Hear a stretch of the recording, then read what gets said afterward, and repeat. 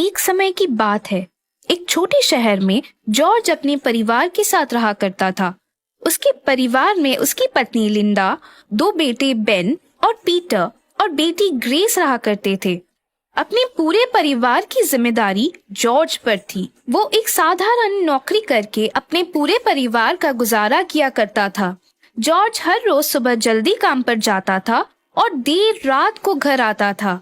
एक दिन ग्रेस अपनी माँ से, माँ, पिताजी को कब छुट्टी होगी? हमारी और उनकी मुलाकात तो होती भी नहीं है।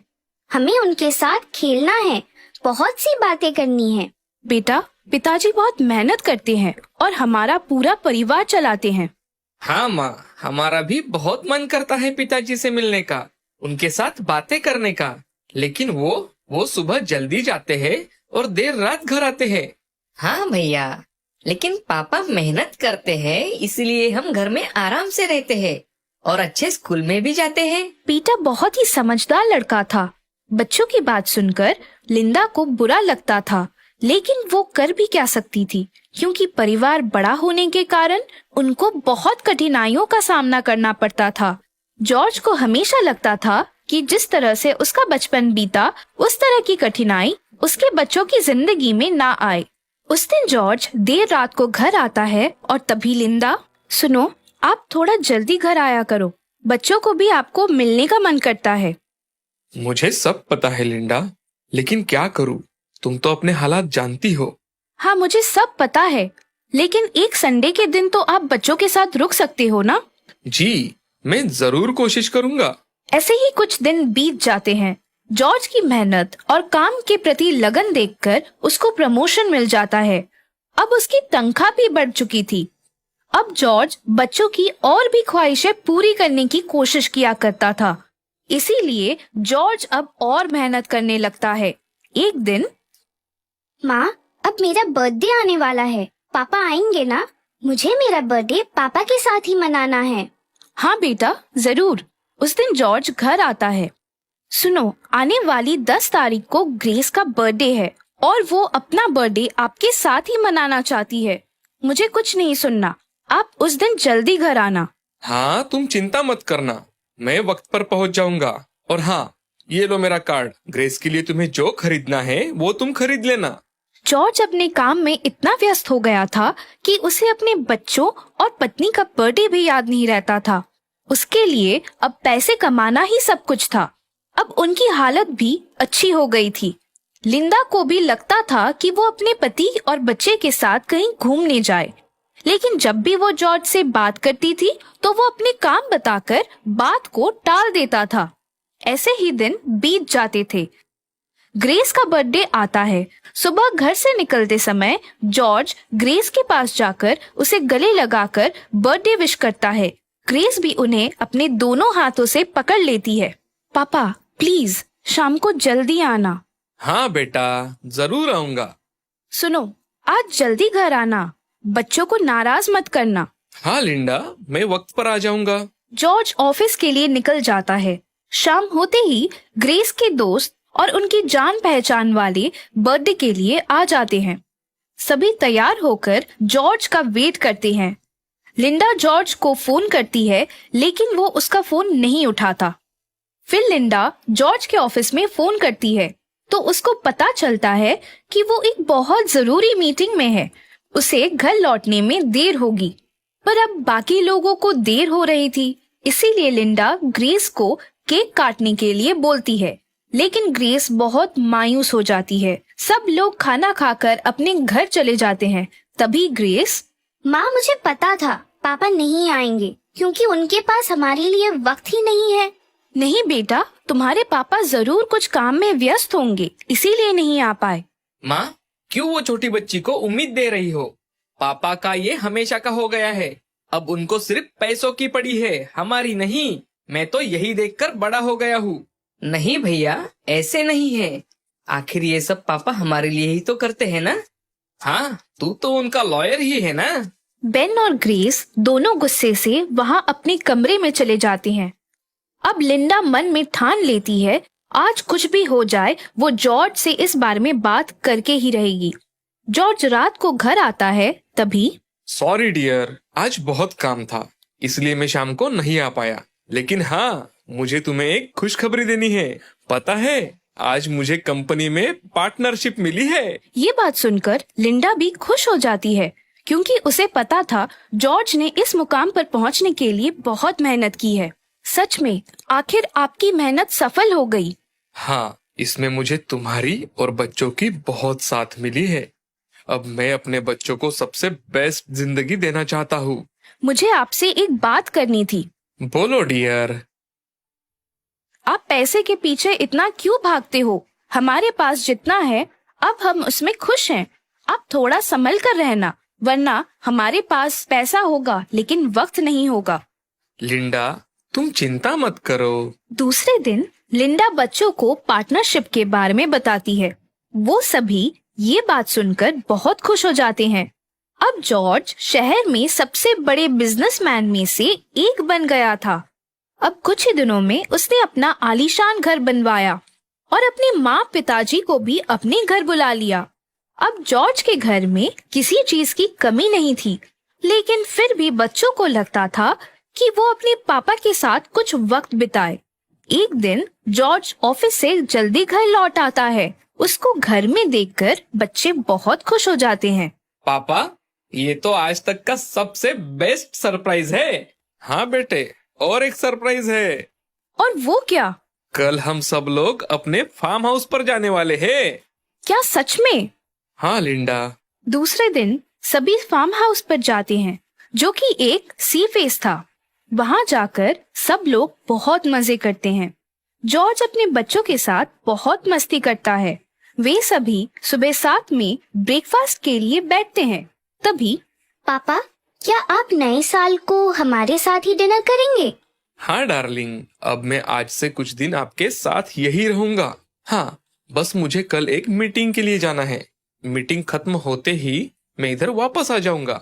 ये पापा, और अपने पापा को गले से लगाती है। दूसरे दिन सुबह जॉर्ज अपने ऑफिस के लिए निकल जाता है। तभी समंदर में अचानक आए सुनामी की वजह से उसका पूरा परिवार उसमें बह जाता है।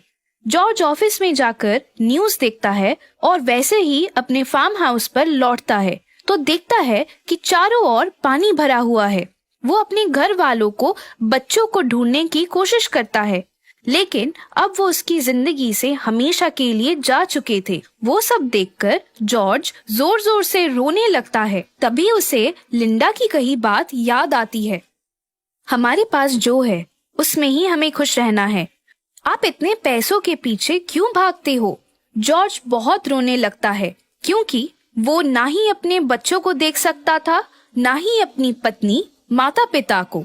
अब जॉर्ज बिल्कुल अकेला हो गया था। इस कहानी से हमें ये सीख मिलती है कि जिंदगी में पैसा ही सब कुछ नहीं होता। हमेशा पैसा और वक्त का संतुलन होना चाहिए, नहीं तो अंत में हमारे पास पैसा तो होता ही है, लेकिन अपने नहीं होते। एक समय की बात है, लिकॉक नाम के गांव में जॉर्ज नाम का एक किसान रहता था, जो अपने घर से दूर एक अमीर आदमी के खेत में काम करता था।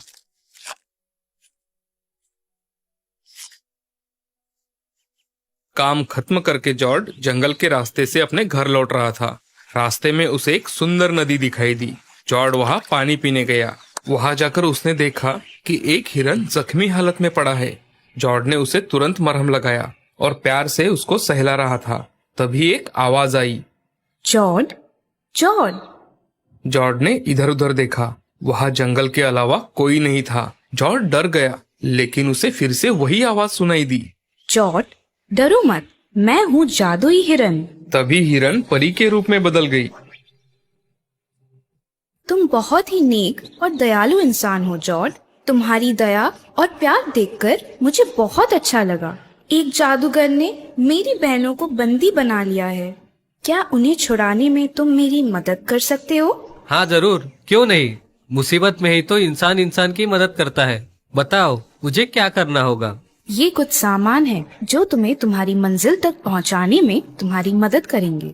इसे लेके तुम सीधा चलते जाओगे तो तुम्हें 3 रास्ते दिखेंगे। उसमें से तुम बीच वाले रास्ते को चुनना। बीच वाले रास्ते पर आगे जाकर तुम्हें एक बहुत बड़ा पेड़ दिखेगा। तुम उस पेड़ के ऊपर चढ़ जाना पेड़ के अंदर तुम्हें एक रास्ता दिखेगा।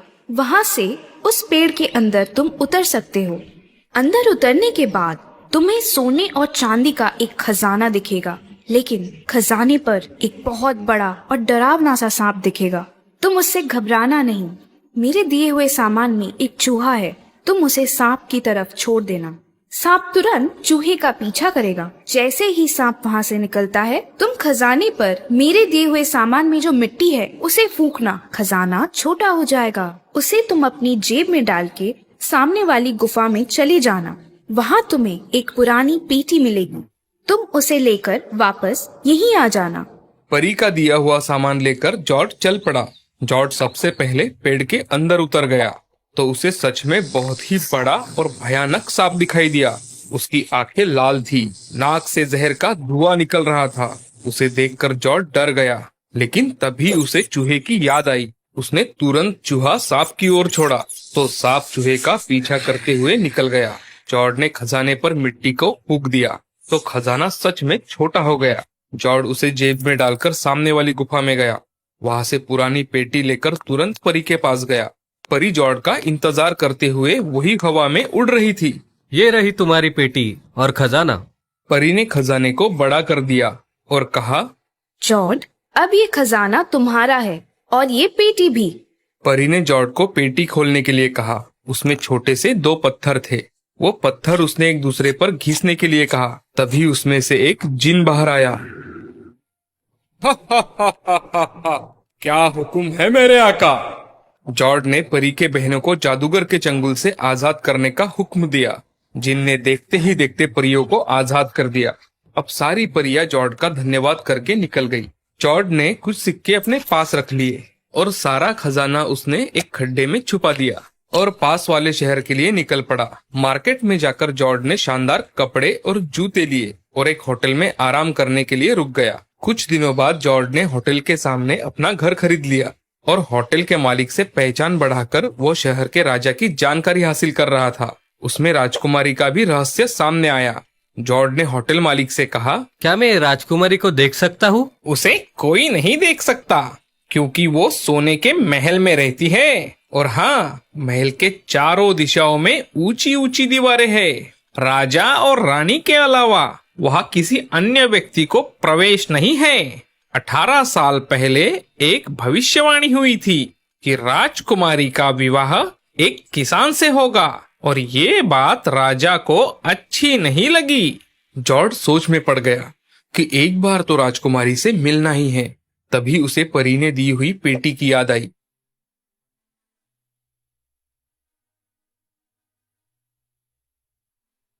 रात होते ही उसने पेटी खोली।